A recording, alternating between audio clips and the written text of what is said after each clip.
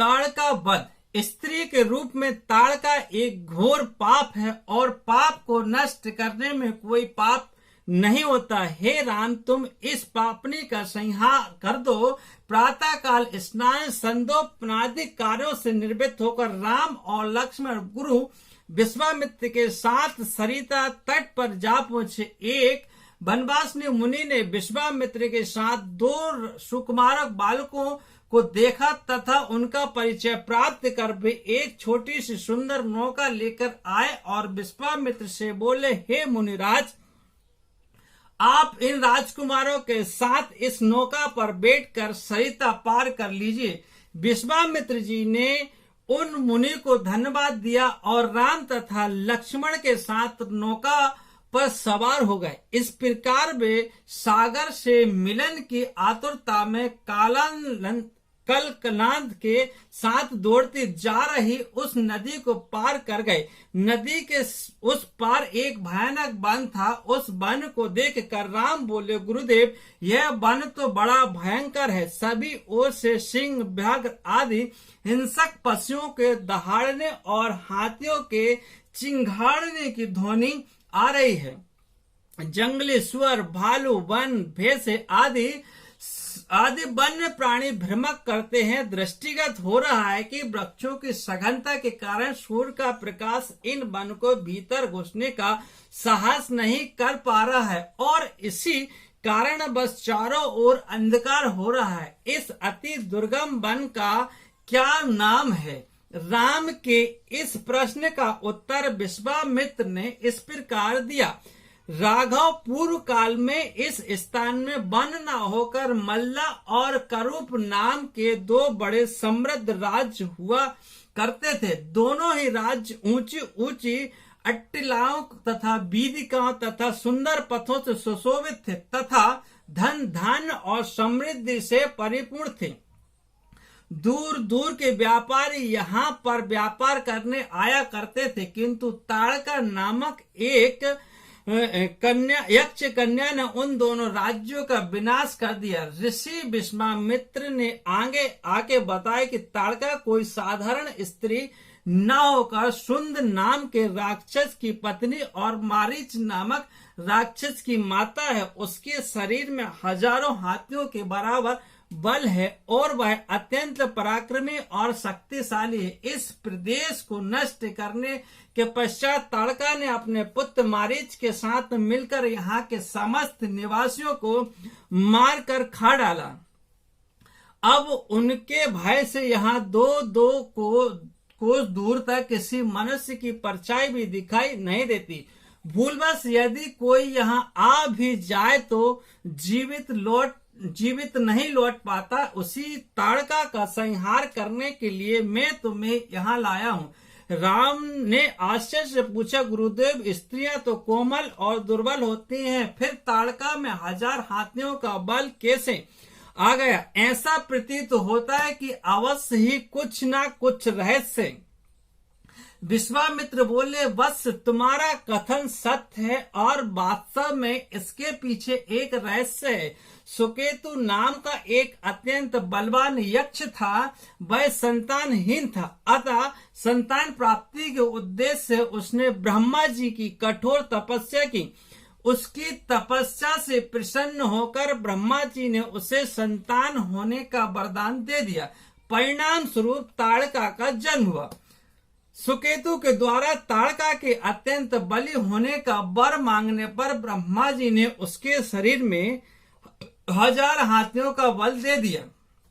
विवाह योग्य आयु होने पर सुकेतु ने ताड़का का विवाह शुंद नामक राक्षस से कर दिया और उससे मारीच का जन्म हुआ। मारीच भी अपनी माता के समान बलवान और पराक्रमी था। वह सुंदर राक्षस का पुत्र होकर भी स्वयं राक्षस नहीं था, किंतु बाल्यकाल में वह बहुत उपद्रवी था। ऋषि मुनियों को अकारण कष्ट दिया करता था। उसके उपद्रव से त्रस्त होकर एक दिन अगस्त्य मुनि ने उसे राक्षस हो जाने का श्राप दे दिया। अपने पुत्र के राक्षस गति प्राप्त हो जाने से शुंद अत्यंत क्रोधित हो गया और अगस्त ऋषि को मारने दौड़ा। इस पर अगस्त ऋषि ने शाप देकर शुंड को तत्काल भस्म कर दिया। अपने पति की मृत्यु का बदला लेने के लिए ताड़का भी अगस्त ऋषि पर झपटी। इस पर अगस्त ऋषि ने शाप देकर ताड़का को के सौंदर्य को नष्ट कर दिया और वह अत्यंत कुरूप हो गई। अपनी क्रूरता को देखकर और अपने पति की मृत्यु का बदला लेने के लिए ताड़का ने अगस्त मुनि के आश्रम को नष्ट करने का संकल्प किया। अतः हे राम, मैं तुम्हें आज्ञा देता हूं कि तुम ताड़का का वध करो। तुम्हारे अतिरिक्त इसका वध कोई भी नहीं कर सकता। अपने मन से यह विचार निकाल दो कि वह स्त्री है और स्त्री का वध कैसे करूं। स्त्री के रूप में एक घोर पाप और पाप को नष्ट करने में कोई पाप नहीं होता है। समस्त संशय को त्याग कर मेरी आज्ञा से तुम पापनी का संहार कर दो। राम ने कहा, गुरुदेव, आपकी आज्ञा मुझे श्रोधार्य है। समस्त मानवों के कल्याण के लिए मैं अवश्य ताड़का का वध करूंगा। इतना कहकर राम ने अपने धनुष पर बाण रखकर उसकी प्रत्यंचा को कान तक खींचकर भयंकर टंकार किया। टंकार से उत्पन्न ध्वनि से समस्त वन प्राप्त गुंजायमान हो उठा। वन्य प्राणी भयभीत होकर इधर उधर भागने लगे। इस प्रकार की अप्रत्याशित खलबली मची देख कर ताड़का क्रोध से भर उठी। धनुष ताने राम को देखकर ही इस विचार से कि कोई अपरिचित कुमार उसके साम्राज्य पर आधिपत्य करना चाहता है, वह क्रोध से पागल हो गई और राम पर आक्रमण करने के लिए वह तीव्र गति से उन पर झपटी। ताड़का को अपनी ओर आते देखकर राम ने लक्ष्मण से कहा, हे सौमित्र, ताड़ के वृक्ष जैसी विशाल और विकराल मुख वाली इस राक्षसी का शरीर कितना क्रूप है। इसकी मुख मुद्रा देखकर ही प्रतीत होता कि यह बड़ी हिंसक और निर्हीर प्राणियों की हत्या करके उनका रक्तपान करने में इसे बहुत आनंद आता होगा।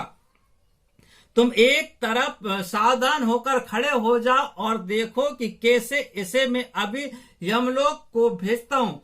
विकराल देह धारिणी ताड़का अपने बड़े बड़े दांत चमकाती भुजाओं को फैलाए हुए द्रुतगामी बिजली की तरह राम और लक्ष्मण पर अत्यंत तीव्रता के साथ झपटे।